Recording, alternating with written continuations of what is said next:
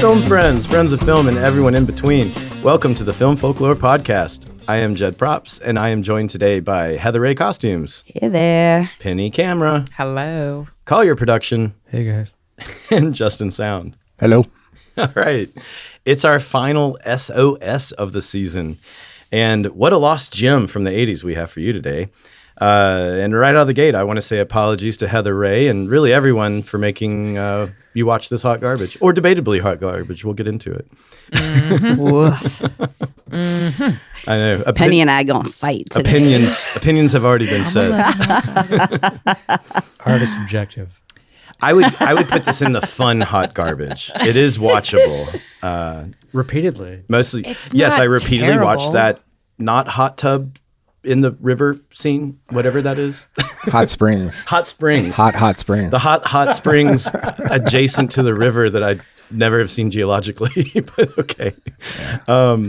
So anyway, That's your problem with this movie, Jed? This is it? This is the one? No, he's saying that's what's rewatchable. Oh, that's the only good part. yes. It's only because Sherilyn Finn is wearing that high cut. Sherilyn Finn. Yeah. Shirt. get It's into a that shirt. too. It's a high cut shirt. I don't like basically nudity. a shirt. It's a shirt. Yeah. It's not a shirt dress. It's a I shirt. stopped watching since I got It's married. a stirrup shirt. It's a shirt. Oh, those costume modified dresses. Yeah, you know. Quote, It's a unquote. thing. I mean, industry term. What do you want? Dress. It's the latest fad. So I guess the first thing to get into with this is, Already off the rails. I know. Jesus. even though we talked about it a little bit off mic, who had seen this movie before? I had seen it before. The people who liked this movie saw it before as a childhood memory, Yes. I I think. believe I saw it first. Well, not necessarily. I mean, I was around for it because I watched whatever my brothers wanted to watch. I saw it in theaters. I saw it when it first came out on video. So yeah, you did VHS. beat me. You did beat me by months. I don't know. It took a while back then. That's Yeah, true. back then it was Actually, like a come on. year, actually, that's a right? solid point. 9 to 10 months, 12 Yeah. months. You had to wait for it to be available in Depending on how Blockbuster. popular it was. God, we had to wait forever for E.T. on video. Just saying. Just an empty spot on the shelf for months and months. You don't know the struggle, you youngins. Everything's immediate gratification now. Immediate gratification. My 80s kid. Collier, you had seen this before? Out of order on cable over several viewings. Oh, This like- was the first time I've actually watched it from start Out to of finish. order. Yeah. Gotcha. I don't think it really makes a difference. It, no, Yeah, it probably doesn't. It did. It did it really? Yeah. Huh. yeah. Well, I would say the big difference is nudity. If you're not seeing that on TV, That's fair. Right. And so I don't know.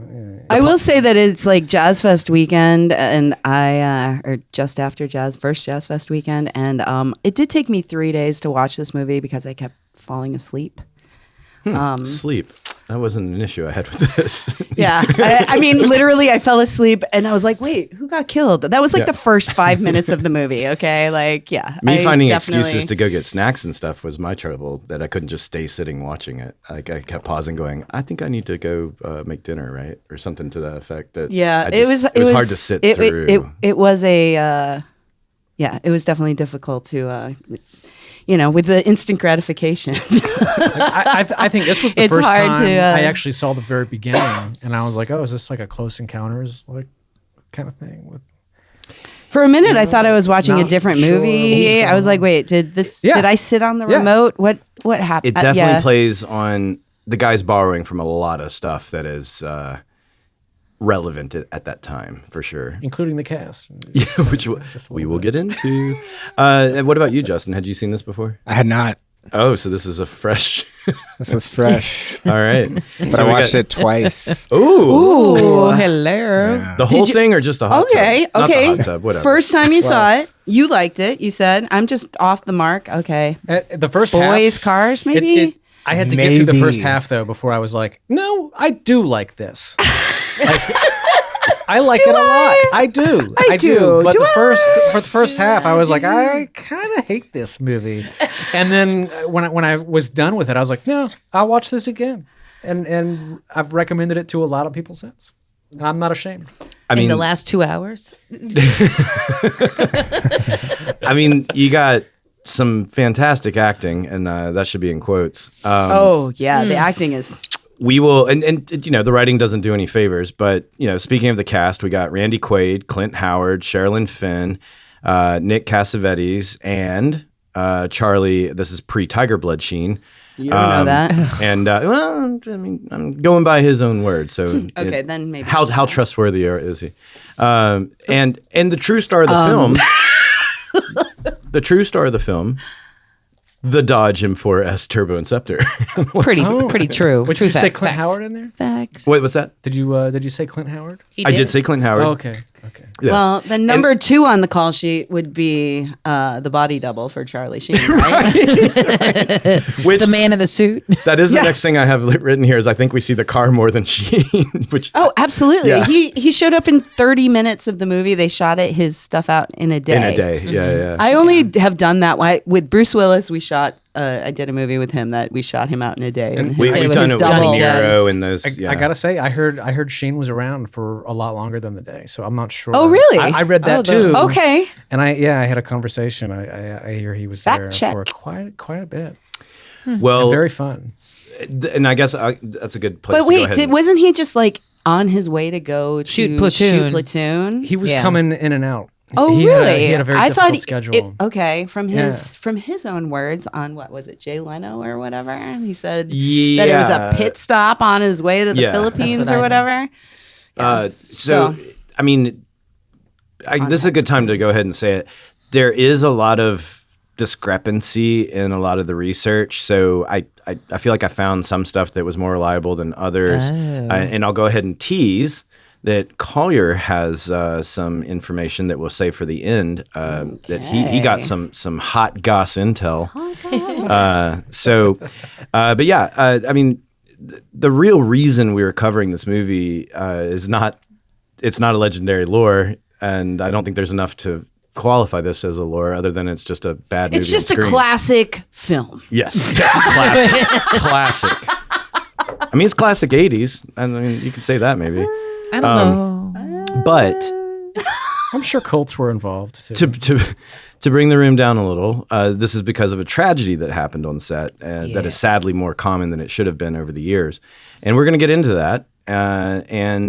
As always, before we do, I got information for today's show comes from IMDb, the American Film Institute, AFI, Deadline, Wikipedia, the Wraith's official Facebook page, and dreadcentral.com. No collider for this one. But yeah, the stumbling across their official Facebook page really made my day.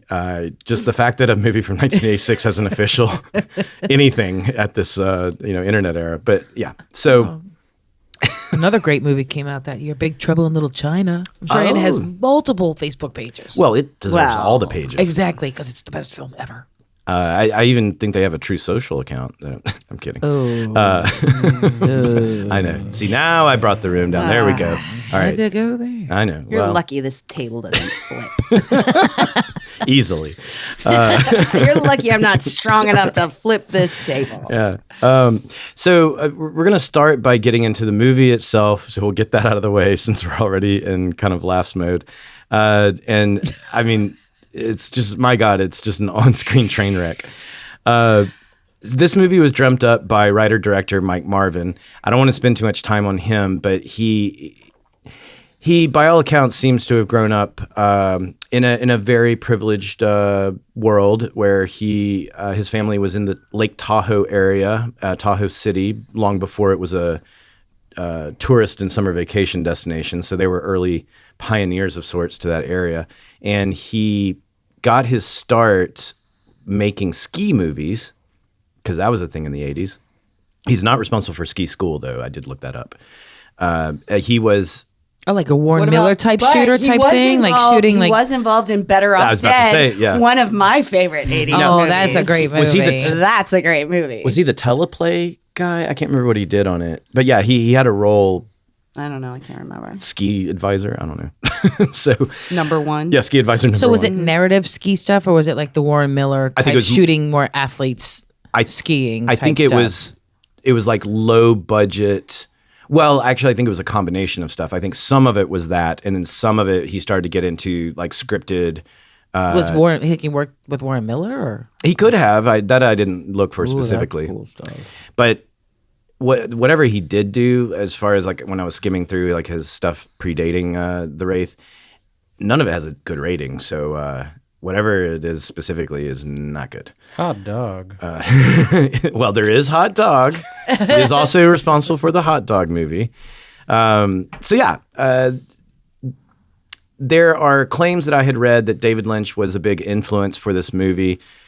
You can see it, I guess, because of the hairdo they put on Clint, being like the Eraserhead hairdo. Other than that, I don't get any David Lynchian type things from it. But other than future how David people Lynch on felt David Lynch about that. projects, Sherilyn Fenn. Yeah. Right. But yeah, I thought it was just kind of an odd, like, really, Lynch? Okay. So the idea for the movie isn't bad. It's just kind of the everything else about it. The execution. Yeah. Everything else about This would be, I mean, would y'all agree with this? And then y'all can kind of take turns giving your 2 cents on it. Do y'all think that this would, if they made it into a coherent script, that this would be worthy of maybe a revamp or a remake? I mean, I feel like the execution of it really was the problem. I mean, the acting was, as you said, fantastic, but Made a mountain out of a molehill. wow, yeah, it was a little underplayed, subdued, I felt a little too subdued. Yeah, Randy Quaid wasn't. That's over the where top the at all. David Lynch part came in, was the subdued acting. That's what it was. Yeah. But what do y'all think about like your opinions of the movie? Like, did you like it as like a, like for those of you that did like it? Because I know that we're more on the nostalgia train. That for maybe you watching it for the first time all the way through, Collier, and then Justin, you seeing it for the first time ever. Did y'all like it as far as like it was a turning off the brain kind of fun, or like how did you feel after watching it? I mean, I wasn't mad about watching it, honestly. I really wasn't mad about it. I laughed a lot. Yeah. So, I mean, I found enjoyment in it, Not but, at the actual comedy intended scenes. I mean, laughed at no. other stuff. I mean, yeah, for sure. Like, it was my own little private Idaho of sorts. Weird. There's a movie I wasn't expecting to hear today. Wait, you're comparing the Wraith to my own? No, I'm not at all. I just Okay, I got it went off. confused. You remember I've been day drinking because Yeah. Jazz Fest time. I forgot so, because I'm sleep deprived. But Okay. yes, All right. We're all in top form. as per usual. So, I heard my own private, and the logical next word just happened to be that. So no, not at all. understood. It's just me making things off the rails. Oh, So Careful, girl. So what? I'm a mess. What about y'all? Did you like it? Well, like, tell me some specific things that caught you as far as liking the movie. For those that are audio only, Exactly. Collier and Do you want to go? Do you want to go? Justin just exchanged a long look. well, about halfway through, it's true. about halfway through the film, there was a scene.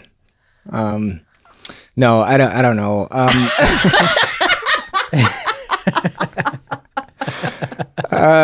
It was goofy. It was just all the one-liners. No, I don't think it would be a good revamp if it were done not ironically. You only remake. You only should remake bad movies, and this was a great movie. So you Oh, really should make okay. it. Oh, You don't Like- cover a song unless you can make it better. Exactly. I said, Impossible. I kind of was hating on this for the first half, and then I was like, oh, now I know what it is, and then I could turn my brain off, and then I could totally enjoy it. But I think I wasn't so sure what it was trying to be, and then I guess halfway through I gave up. I think that's really, you're just beaten into submission. That's the way I felt. I'm like, all right, fine. Yeah, and that's totally fine. So It's when I'm fine like, too. I'm gonna, I'll keep watching it again and again. Oh, But, I've done my watching. You're done. I'm good. Yeah. I'm good. Yeah. so I have no segue for that. I have no regrets, but I'm not going back. Put it that way. So I want us to talk about the Dodge M4S Turbo Inceptor, because it is definitely the featured piece. They definitely got it on a deal that they wanted to milk for everything that they could, because it's like even back then it was like $1 million car. So this description and everything I have is from the IMDb trivia. And it starts off by saying the root beer brown car, which I never thought of it as root beer brown. It's root beer brown. I guess. I mean, I don't know. Yeah, it is. All right. I would say it's sort of like that color that changes. Is that it's a GM The color iridescent kind that changes Yeah. from is Candy coat. I forget what Candy it's called. paint. Oh, Well, this drives me slightly crazy. predates hypercolor, so it wasn't that. It just Right. has a bit of a sparkle to it. It's got a bit of purple, a bit of brown. Yeah, a I bit saw of the purple in green. it. Yeah, the purple It's is what I got would lean Purple that- brown. Oh, it's not plum crazy. There's a certain color that it was popular on cars about 10 to 20 years ago. They were putting it on Challengers and Chargers mostly. I want to say it's a GM color, but it has this iridescence that kind of shimmers like a snake or a reptile skin in sunlight. Okay. If that makes any sense to anybody, because this is a film show. I mean, I followed. But I watched Pimp My Ride. I definitely get root beer when Yeah, they call candy it right. Pimp My Ride's a great show. But I definitely 10 to get 20 root years beer ago. when they use Yeah. that as a descriptive for the car. Okay. So it goes on to say that it was a real-life technological wonder, the Dodge M4S, of course, a joint effort of the Dodge division of Chrysler Motors and PPG Industries, one of the highly sophisticated PPG race cars for the PPG Kart Indy Car World Series, designed in 1981 by Bob Ackerman, who was the chief designer at Dodge at that time. The manufacturing construction estimated about $1.1 million. I did not look up what that is today, but it's a lot. And it featured performance and technology to match the lofty figure. The innovative body was design was developed in the Chrysler studios, while PPG, which I believe is Pittsburgh Paint and Glass, developed the finish, a special bronze pearl paint job formulated just for this car. So it even had a unique paint for it. The M4S was powered by a Chrysler 2.2-liter four-cylinder, one-of-a-kind engine that exceeded 194 miles per hour. That is 312 kilometers per hour for most of the world. According to Gary Hellerstein, transportation coordinator for the film, a total of 7 versions of the M4S were needed for filming. There was the original that was on loan from Dodge. That was used for close-ups and details. 2 more drivers, that's in quotes, consisting of perfectly detailed bodies on dune buggy chassis. Those were used for stunt driving chores. And then there were 4 shells that were just empty bodies on bare towable frames that were sacrificed in various crash scenes. So, That's really fast for just 4 cylinders. That's pretty impressive. yeah. I'm not a car guy, Lot but of I vroom, do know vroom. enough to know that a 4-cylinder car going almost 200 miles an hour is impressive. Well, it must have been really light. It looked pretty hollow, right? looks like a super light. like, Yeah. With all that I know about cars. It probably didn't even have a back seat as a concept Right, car. right, you know, right. it's super light, super fast. The heaviest it looked is when it ran into the warehouse and blew it up. Like, I don't know. That was a whole different chassis. It was not the I mean, Dune bug when chassis. the engine is glowing inside it, it did not look like it had much substance to it on the inside. I will say that. Yeah. That's all I know. I mean, again, all that I know about cars, like all I know is that There's I no don't think tape player in this? I don't think it's supposed to be that color. It doesn't come with an 8-track? Yeah. I mean, hopefully by 85. I mean, we're in cassette or whatever. world No, it was at this- 81, actually. You're right. Oh, was it 81? It was designed in 81, so it Oh. theoretically could have had an 8-track. I was about to say, don't- no, by 85, think- 86, no, but no, 81 would have. I think 8-tracks were phasing out by the early 80s, huh? Yeah. They were, but they were still being They're put in some around. cars. I mean, I'm saying it's think so. really? You don't think so? All right. No, the little tapes took over. For anyone that's an 8-track avid, knowledgeable person, you can email us Oh, at yeah. filmfolklorepodcast Please at educate gmail.com. us. All right. So, anywho, so on that note, so focus being on street racing, it also meant a lot of camera shots with the follow car. In addition to, and Penny, you can probably elaborate on this, about every feasible camera angle you can do for street racing. So what would that entail? You would have your follow car, like we mentioned. You would also You could have an insert car where you could put cameras on to lead your hero car. You could put them on the front of the insert car to chase your hero vehicle. You can put cameras on sticks or wherever off the side of the road for drive-bys. You can mount cameras to the actual car to get, well, you don't want POVs for this because then you give away that Charlie Sheen was only there for 30 minutes. Right. Right. But you do get the close-ups for the gang or whatever when they're driving. Yes. So you do Yeah, have you that. can do car mounts, but most of that a lot of that stuff driving is done with an insert car for mounting cameras and lights. And that is the car that we're going to be talking about. That's at the center of the tragedy that happened. Talk about what an insert car is for, like what that means. An insert car is often called a camera car. It's a vehicle, a heavy duty, usually a truck, that is outfitted with a generator so it can power lights and cameras if need be, and light your vehicle on the road. And you can mount anywhere. I've been on an insert car where we've had 6 cameras on it before. You can even put a crane base with a crane arm operated, and then put cameras on Mitchell mounts at below the crane arm, and shoot every possible angle for a commercial or a stunt scene or car stunt scenes like in this movie.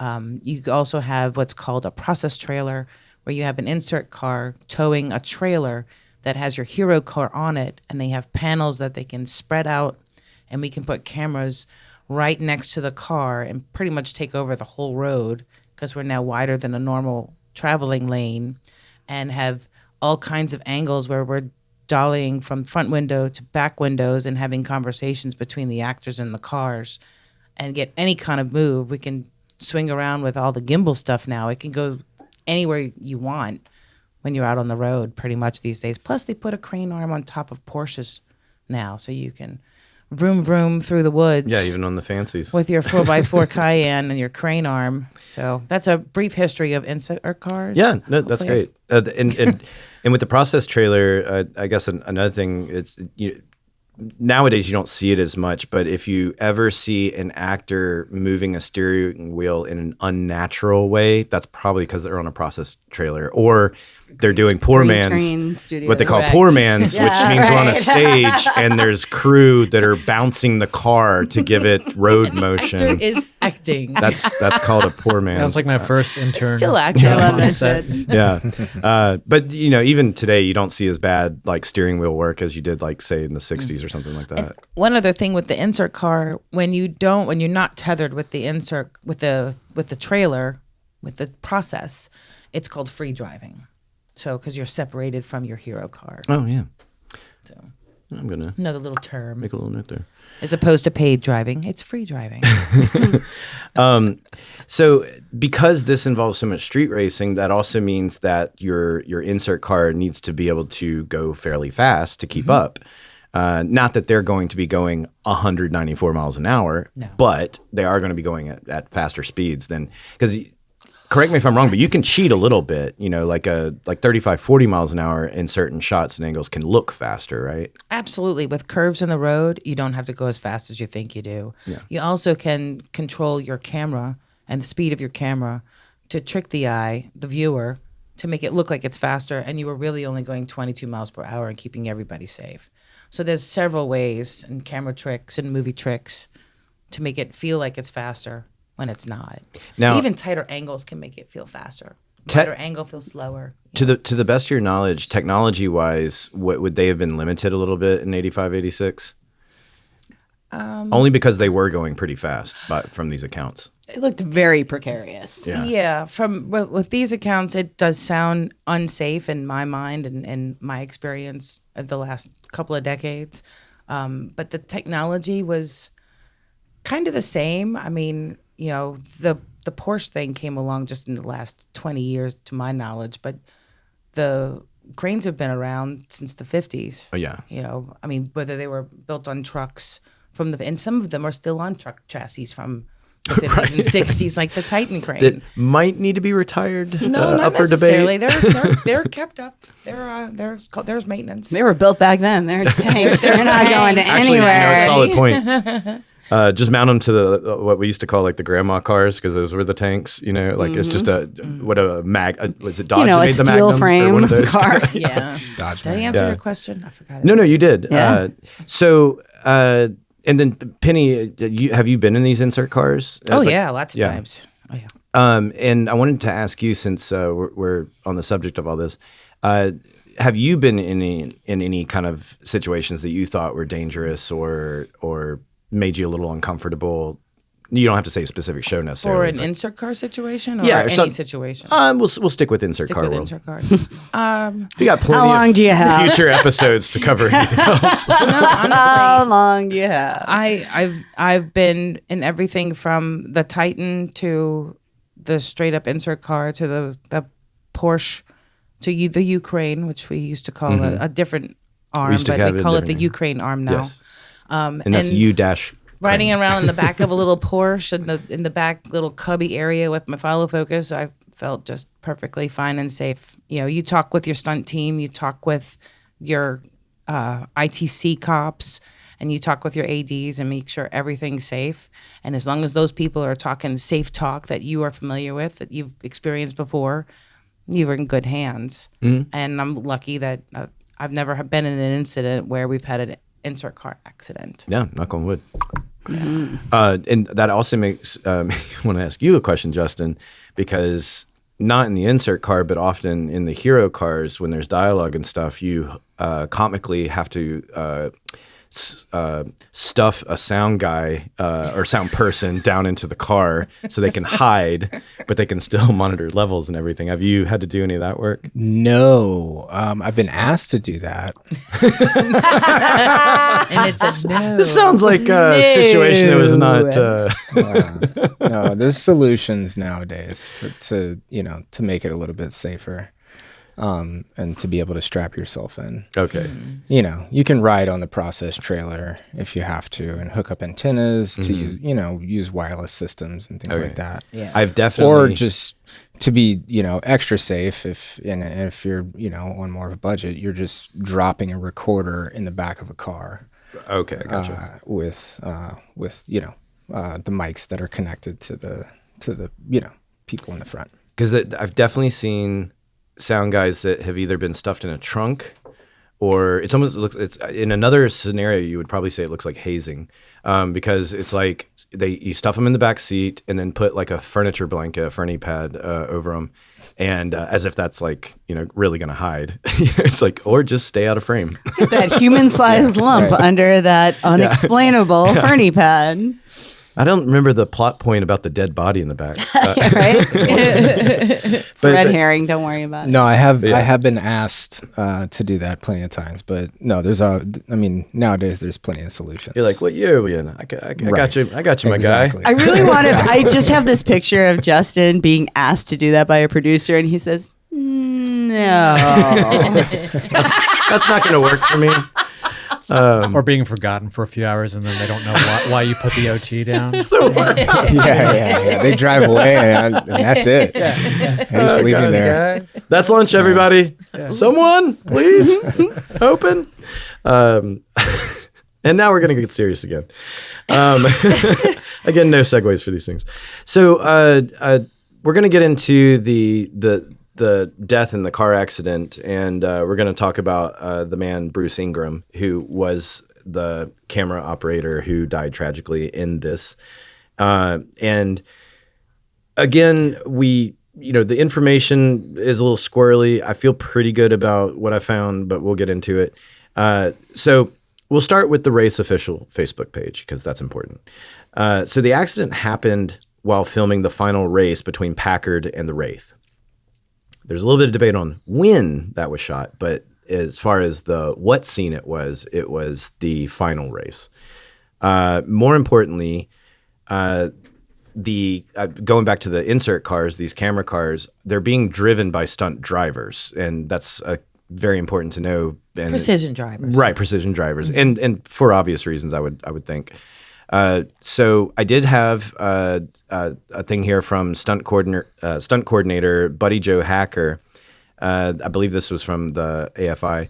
He said at the time, quote, "The cars that they built for us were very dangerous and hard to drive." Not a good start. No. The equipment we had, although it looked good, was very difficult to work Ooh, with. that's a bad sign. We worked on them throughout the film, but you're doing high-speed stuff, 70, 80, 90 miles per hour with these cars that are wandering all over the road and have skeptical braking. Ooh. What?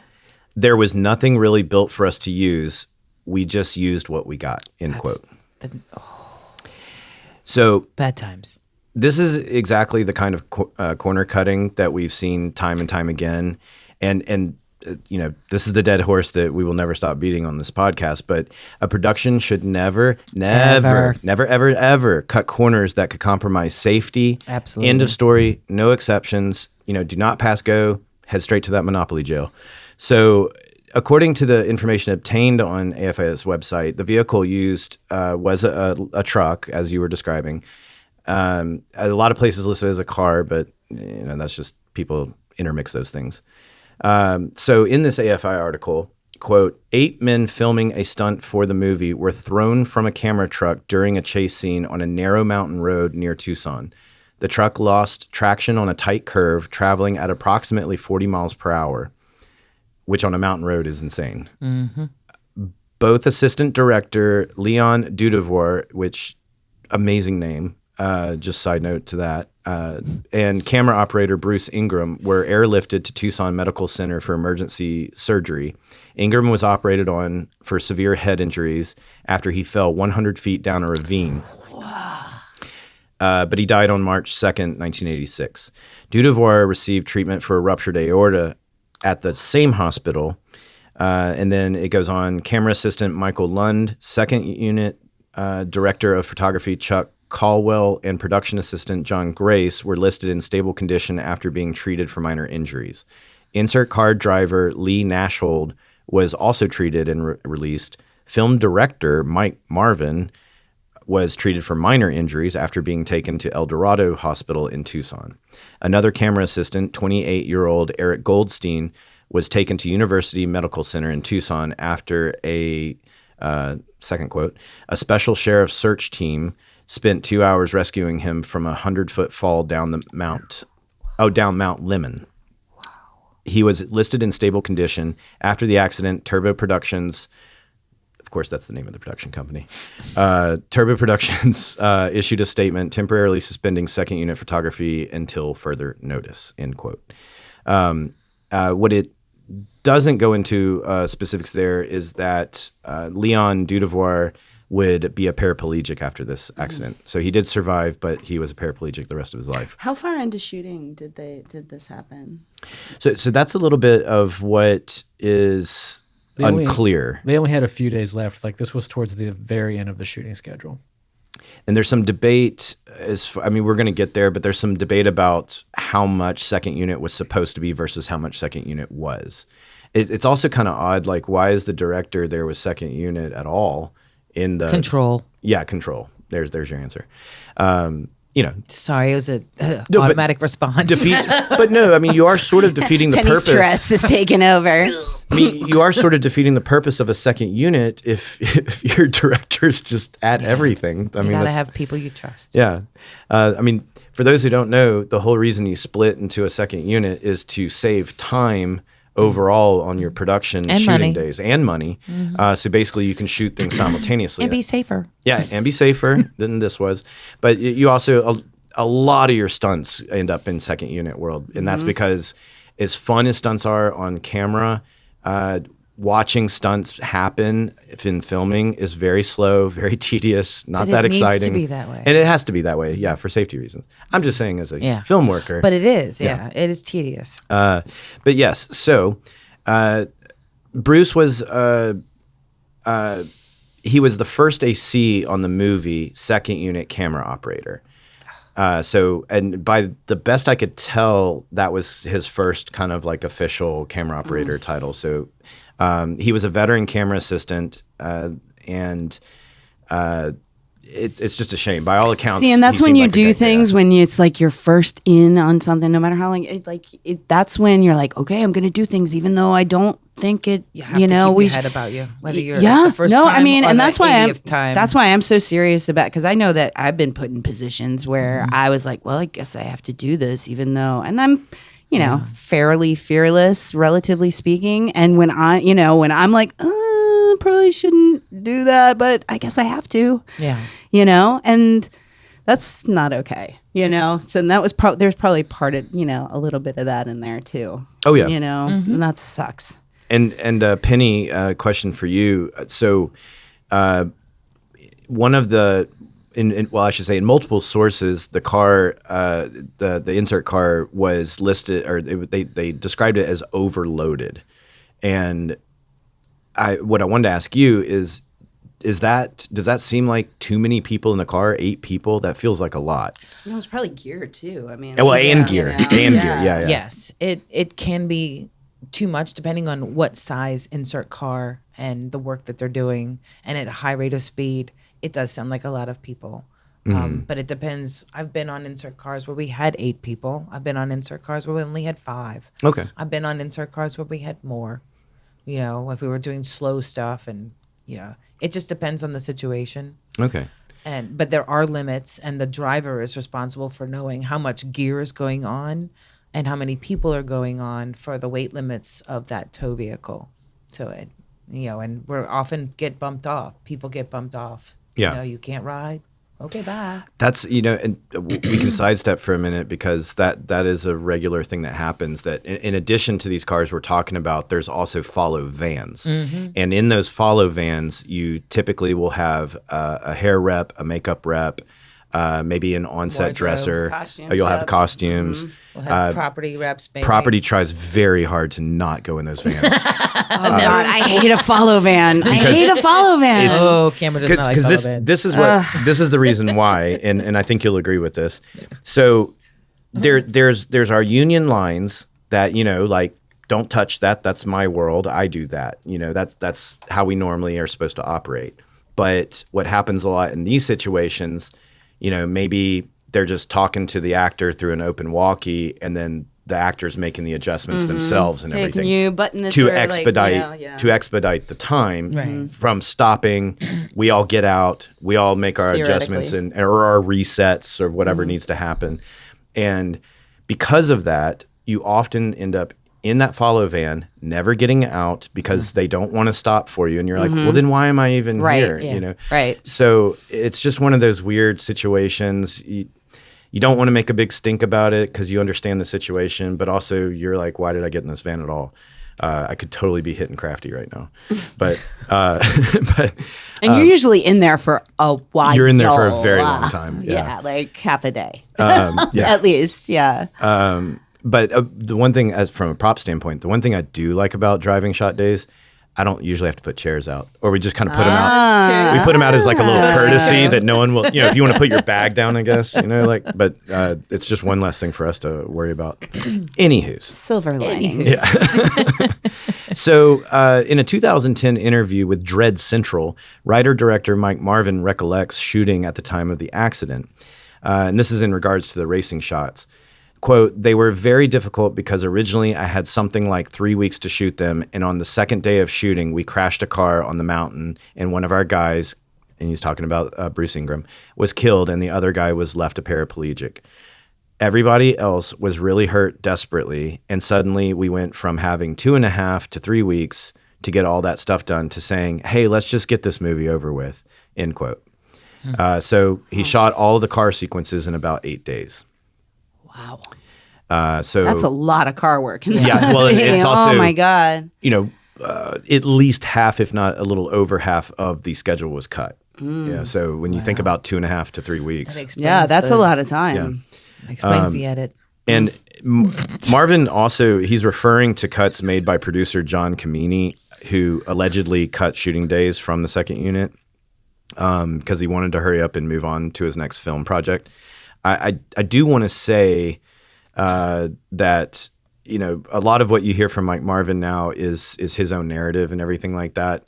I have yet to see anything from John Kamini, a rebuttal or anything like that. So, who knows what was happening above the line at the time. But if you want, you can get the anniversary Blu-ray release, because apparently there's a lot of tea spilling. They remastered it, and most importantly, Mike Marvin explains the plot. So all the things that would have been helpful to know, he says in that. So I did get a little synopsis if y'all are wanting to know things that were supposed to happen. There were just some really weird things that weren't like the braces that they come off after each gang member dies, and they can disappear. I ask a question? Do we see Jamie get killed in the beginning? No, it's in a flashback. I must have missed it. It's only in a flashback. Because I In the beginning- rewound it. Like I watched the whole thing and I was like, Isn't it in the beginning when they're at the first but you lake don't see scene? it. And it's Cassavetes having a memory flashback of his friends with a bloody body, and you just barely see Jamie's face. That's the first one. Then Okay. later in the movie, that's right. I want to say it's in the second act, roughly, that they have a bigger flashback that you realize they've barged in on Jamie and I've already forgotten Sherilyn Finn's character's name. But I guess they just had sex or had finished having sex or in the process of I mean, she whatever. talks about it. I Yeah. missed that, but I think it was during one of my naps, maybe. Yeah. It was Carrie. Carrie. Carrie. Get it right. So.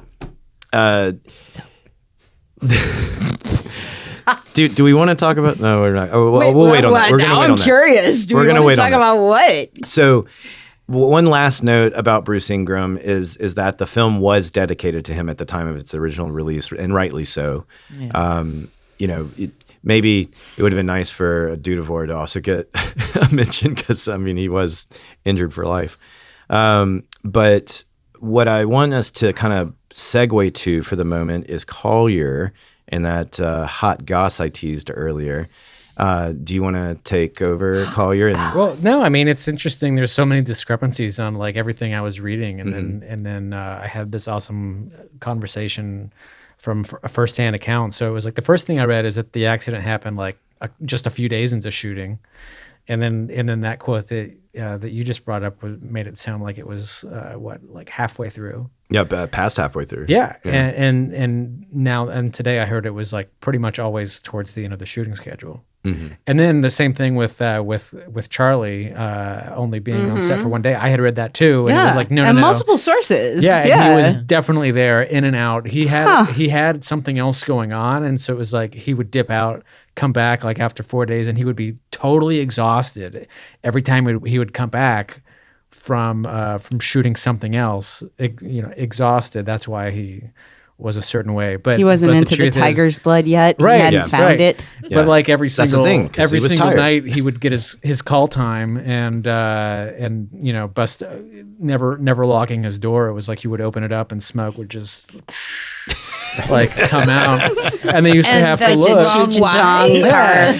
And they used to have to look and see who else was in there, so that Was they would Jammin' know playing by whose Bob door to Marley? bang on. Like every single morning, they would bang on certain people's doors louder depending on who was hanging out with Charlie the night before. Wow.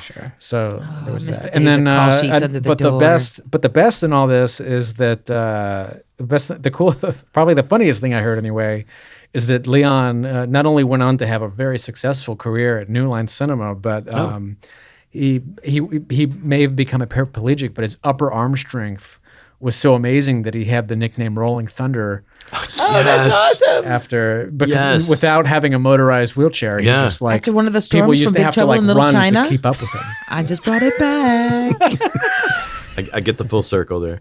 That is awesome. Rolling Thunder. Oh my God. Rolling Thunder is That's awesome. And best Leon was so nickname I've job focused that like the first thing that he said in the hospital once he was like okay was like, hey, make sure that the next gig those people know that I'm not going to be available. Oh, Like that's where his head was at, was like going to the next job, which ended up being executive producer with New Line. that's awesome. For him, I mean, not awesome that he's a paraplegic, Yeah. but He had that a his- very successful career, I would that's say. good to hear. That's silver lining, for sure. And then the other thing was that that Bruce was apparently the closest to the accident out of everybody that got flown off, and he was the one that lost his life. The guy that was furthest away from the insert car happened to land in a bush, and had he been like an inch either to the left or to the right, his accident would have been much worse. Oh wow! So it could have, there could have been another life lost had he not been lucky enough to land in that bush. I was going back to look at which one. Eric Goldstein, I believe, is the one, because he also Was that the sect? I was trying to the other follow along AC? earlier. he was when one you of were going over that. he and Bruce were the two that went over the edge. So Eric must have been the one that was caught by the bush, but Bruce, I don't know if he couldn't have been the closest, because he had 100-foot fall down the ravine. That's what my So my you're first hand all account. right, all right. The hot goss. The hot goss. goss said. Well, I mean, do we take the first hand account? I believe we do. So we'll go with that. And very Because- trustworthy too. I mean, the guy that I spoke to is awesome, amazing to work with. I'll leave it at that. Yes, I would love to have him on. We'll leave it at that. really bad at that. So kind of starting to wind us down here. I wanted to wait until we were kind of getting to the end here to drop this stat on y'all, because it's not shocking, but it's also just appropriate here. So according to Deadline, from an article released back in 2014 in the wake of Sarah Jones's death, the title of the article, Safety on Set, hello, that's us, camera crew outnumber stunt personnel 4-1 in on-set deaths. Yep. And I thought it was comparable, but I did not know it was a 4-1. Damn. I mean, that is insane. And bringing that up, I'm saying that because, again, this was a very avoidable death and tragedy. It's an example of exactly why we do this segment in particular. Make it safe, have fun, make the best production you have with the cast and writing available. And, that should be your formula for a good movie. And why unions exist. And why unions exist. So, don't worry. Penny. Oh, sorry. That was just clearing my throat. But I'll give the floor open for final comments here at the end. But first, I want to get into a little random trivia, and I want to start with Justin, who had dropped quite a nugget in the text to me that I had to go back and read. You want to start? Yeah, I just come across, I was just doing some digging on the actual car or cars that were used in the film, and apparently, Jeff Dunham, the comedian, owns the Wraith. And he drives. Does it around. the puppet drive it? Does it have better brakes question. than it did in production? So That's think it, it- right? I That's think it it- on rails Okay. now? I think it comes with a little Charlie it's a Sheen. yeah. He had like a little brake installed on the passenger side. Yeah. Cool. It's a child's steering wheel. That's hilarious. A puppet instead of the engine now. Is that Jeff Also Dunham's favorite vibrating. movie? Yeah. You can see him just going 200 miles an hour, down the highway with a puppet. I forgot to mention that only 4 cars were ever made. So Yeah, I don't know which one. So basically, he owns just one of the one 4 of that was the- ever made. Yeah, right. Yeah. Which is crazy. And he was shooting the shit with fellow car lover Jay Leno. And it was revealed there that Jeff Dunham apparently is quite a car collector. So all that puppet comedy is really paid off with getting very expensive, rare cars. And fuck the yeah, but he has to homeless. split it 50-50 is the problem. But yeah, I hadn't done because I usually look at the trivia last when I'm doing these, and so when Justin had texted me that, I was like, oh my god, wait, hold on, what? So yeah, I had to derail for a minute and read about Jeff Dunham of all people. He's so good. So He seems like more of a boat guy to me. I don't know. He's also a boat guy. Yeah. Jet ski guy. He likes things with motors. He buys those turbo speed boats that go like 300 miles an hour. or wouldn't he get little cars like a Shriner car so that the puppet could be like size appropriate to it? I don't know. He might have a whole little tiny garage system for all his puppet cars. Everything he owns is like life Scaled. size and scaled exactly. Right. So, and y'all may have seen this in the Charlie Sheen research, but so according to Charlie Sheen, when he was also this is when he was on Jay Leno's Garage thing. So, quote, I shot this in a pit stop on the way to the Philippines to film Platoon. Sheen said of the Wraith, quote, Oliver Stone went and saw it in the movie theater and called me so angrily afterwards, as Stone was genuinely worried that Wraith was going to soil people's opinions of Platoon. That's awesome. Yes. I mean, Oliver Stone knows. That might have been their goal. I mean, Why did you make this movie? Spite. Stop him in his tracks with this movie called The Wraith. To spite Oliver Stone. this is a good time to bring this up. So there might be some truth to that because Johnny Depp had auditioned for the part as well. And Like a few parts. well, right? yeah. There were multiple parts that he had also interviewed for the brother. I can't remember which ones. I should not bring it remember up his if name. I don't remember. Yeah, but anyway, there it is. My point is that he was dating Sherilyn Fenn at the time, and he hung out in her trailer on set for most of the shooting. I don't think he would have done any worse of a performance because it was a very bland performance, and it also wasn't, it's the writing too. I think But they were engaged, by the way. Were they? Right? I think so. if you want me to really drop a nugget, she She was pregnant? broke up with Prince to date Johnny Depp. Right. I forgot. About that too. Dated Prince. Oh, she was so pretty. Apparently, She's he probably made still so pretty. he made waffles in the morning after they played basketball. Pancakes. Or pancakes. It was pancakes. Damn. Pancakes. Come on, Jed. Okay, it's been a minute since I've seen the Chappelle Show. Right in your brain.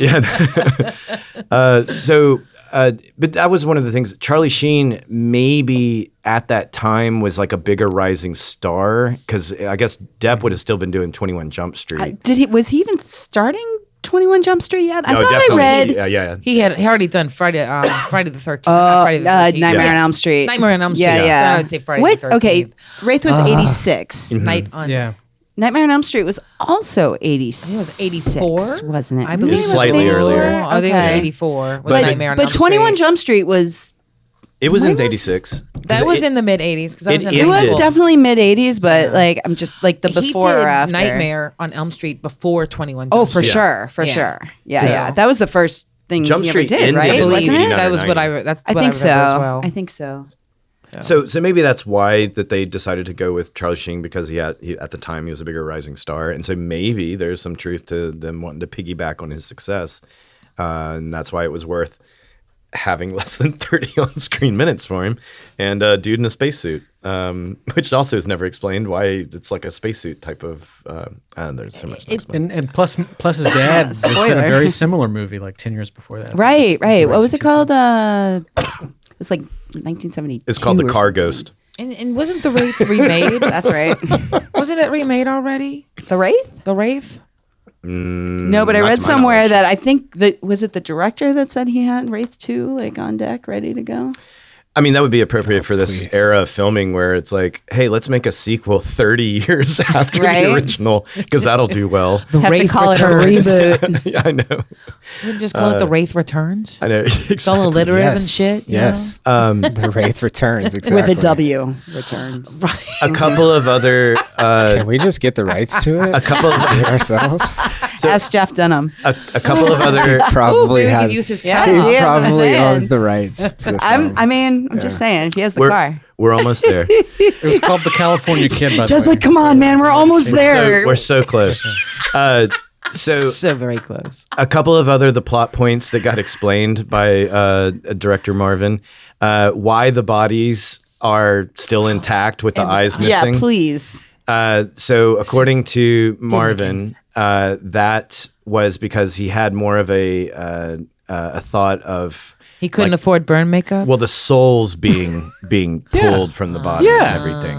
But it just never got really explained. What do you mean? It's self-explanatory. Yeah, you I thought so always- too. the Thank fact, you. the fact When your that soul is fire- sucked out, you do not. You don't burn. Yeah, you clearly. Everybody knows that, y'all. I don't know why we're even discussing That's this. why we use You need to get out more. we used human Read a book. skin from removed souls Educate as yourself. you know Sorry. Anti-inflammatory. All right. You know how you poop when you die? That's where you're at. That's what it's all connected. and now we've should come full circle with poop. I should just say that's a wrap. Okay. All right. We know we've gotten right. there when we're talking about poop. So close. Going to the braces thing on Why are you the looking at me costume. now that we're talking about poop? If I can wrangle one person in with eyesight, that works. There we go. So the braces apparently was because it was part of the freeing of his Jamie's spirit or whatever. buying it. I know. So each death was a binding coming off, is what it was meant to represent. Yeah. Well, and it was supposed to Set Jamie's soul free. Yeah, what he was murdered. What I read is that each one was an appendage, but there were 5 people who died, and that's why the 2 of them died at once. The ones, what was it? The twins. Skank. And Skank and Gutter Boy? And Gutter Yeah. Hashtag justice for Gutter Boy. Justice for Gutter Boy. He's the only one who didn't really make any decisions of his own. Yeah, he was just kinda scared the whole time. Got murdered because he was just present for all the decision making. But Rughead gets spared. Yeah, Rughead gets spared. because he ran out of appendages. I guess that's why there was not a brace for Rughead. Right. The last thing that I'm saying in this was because I couldn't get enough of Sherilyn Fenn. So this was the first of her later to be many nude scenes. And this is why it also would have made sense to have Johnny Depp in, because he was literally hanging out there. But what's that? I just kicked the camera again. I can't be trusted, is what I just said. Oh. That I whispered. I can't be trusted. I mean, Sheen can't be trusted. That is true. So anyway, maybe with stronger directing, writing, producing, this would have been no offense, I guess, but it's just very clunky.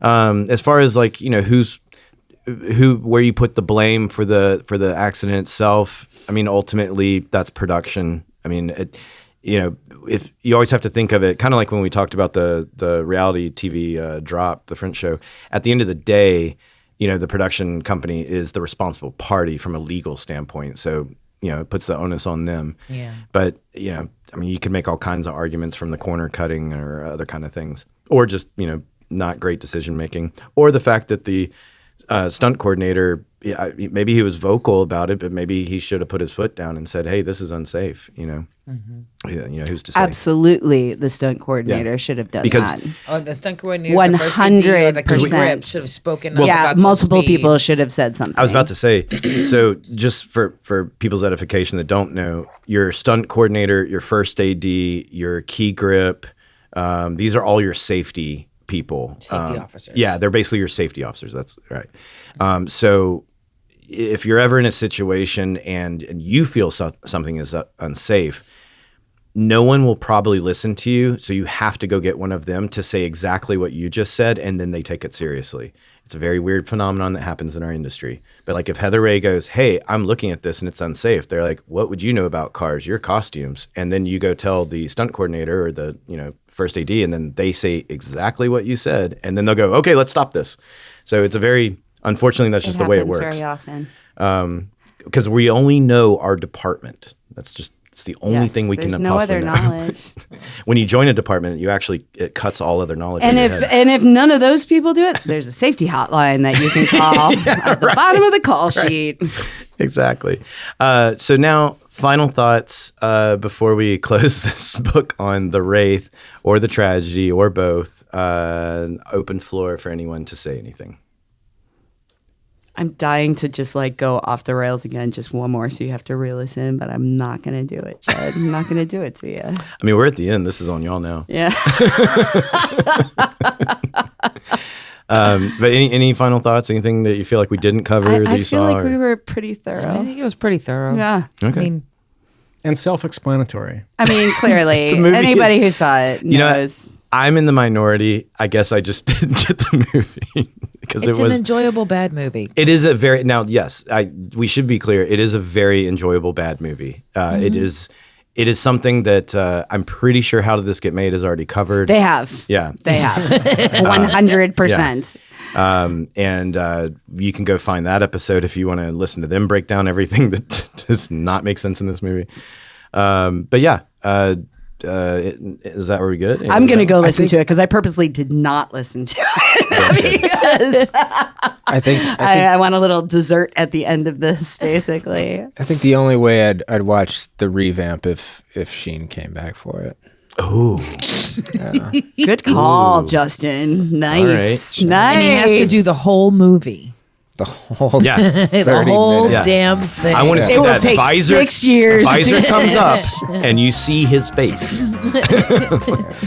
All right. So on that note, thank you everybody for listening today. Heather Ray is going to take us out here. And yeah, thanks for listening. See you next week. What? All right, that's a wrap. Hey, film friends, it's your good pal Heather Ray here, and we need your help. And that's not what you think. We want your stories, we want your questions, your problems, all the good, the bad, and the ugly. And yes, correct us when you need corrections, which we will need corrections. You can reach us by email at filmfolklorepodcast@gmail.com.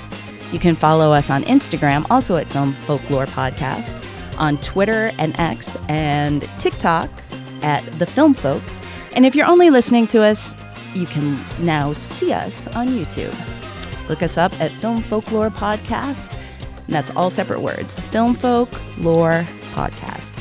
If you are feeling generous and you want to part with even $1 or $2 to help us keep going, you can donate to our PayPal via our website, filmfolklorepodcast.com, and follow the PayPal link there. Thanks, friends. You're helping us grow. We really appreciate you.